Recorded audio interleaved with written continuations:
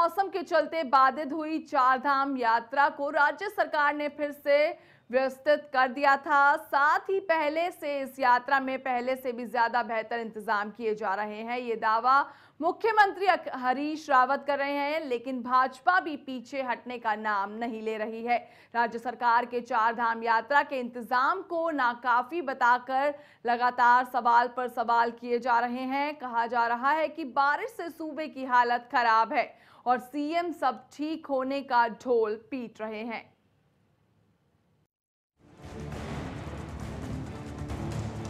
भारी बारिश ने चार धाम यात्रा मार्गों को बाधित कर बैठे बिठाए सरकारी इंतजामों पर पानी फेर दिया था। बारिश के चलते दर्जनों पुल और सड़कें बह गए थे, जिसके चलते यात्रियों को खासा परेशानियां हुई।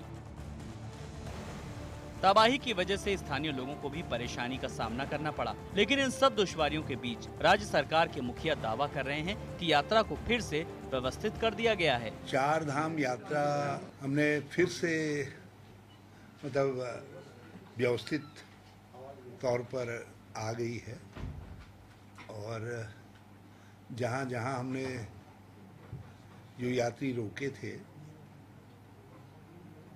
वो भी कल शाम तक सब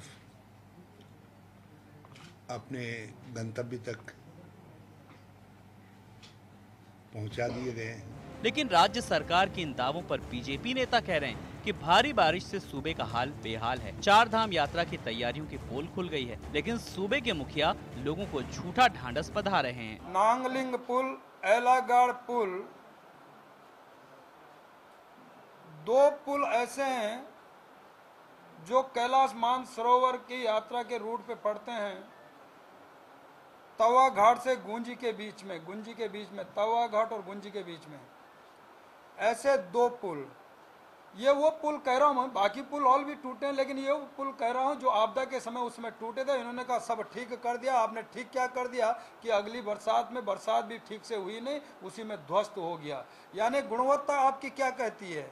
तो आप केवल अस्थिरता या स्थिर पुल बनाना। लेकिन भाजपा चारधाम यात्रा को लेकर राज्य सरकार पर कितना भी हो हल्ला कर ले, पर मुख्यमंत्री रावत मानते हैं कि चारधाम यात्रा को स्थगित करने का कोई बड़ा कारण नहीं है, लिहाजा चारधाम यात्रा चलती रहेगी। लेखक और कवि थाम सकते ना, बाकी तो थाम ही नहीं सकते।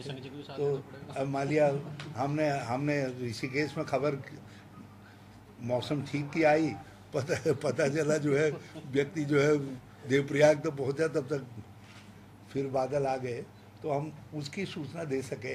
हम उस व्यवस्था पर भी विचार कर रहे हैं। लेकिन भाजपा मानो राज्य सरकार को यूं हल्के में नहीं छोड़ने वाली। सरकार के पास भले ही बारिश से क्या कुछ नुकसान हुआ इसके आंकड़े ना हों, लेकिन भाजपा के नेता तो बारिश से कहां-कहां पुल टूटे हैं और किने-किने क्षति हुई है इसकी पूरी लिस्ट लेकर घूम रहे हैं।